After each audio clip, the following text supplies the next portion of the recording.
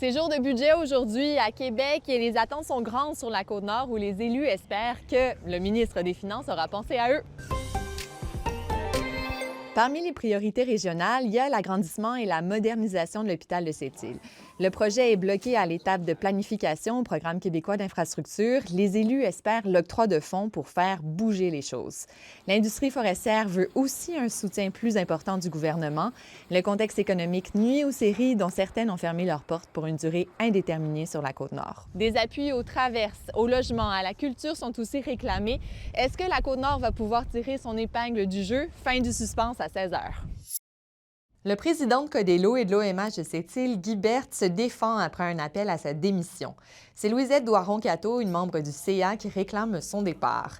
Cette demande survient alors que le président est dans la tourmente en raison de la fin du service de cantine à la résidence Vents et Marées. Malgré qu'elle considère comme un bâtisseur, Mme Doiron-Cateau estime qu'il n'est pas suffisamment présent pour répondre aux critiques. Guy Berthe se dit déçu et rappelle que le CA a tenu plusieurs rencontres avec les résidents depuis janvier.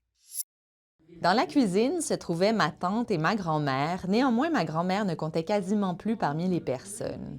Pourriez-vous écrire cette phrase-là sans faute? C'est ce qu'ont tenté de faire aujourd'hui des dizaines d'étudiants, enseignants et amoureux du français à la dictée Richelieu.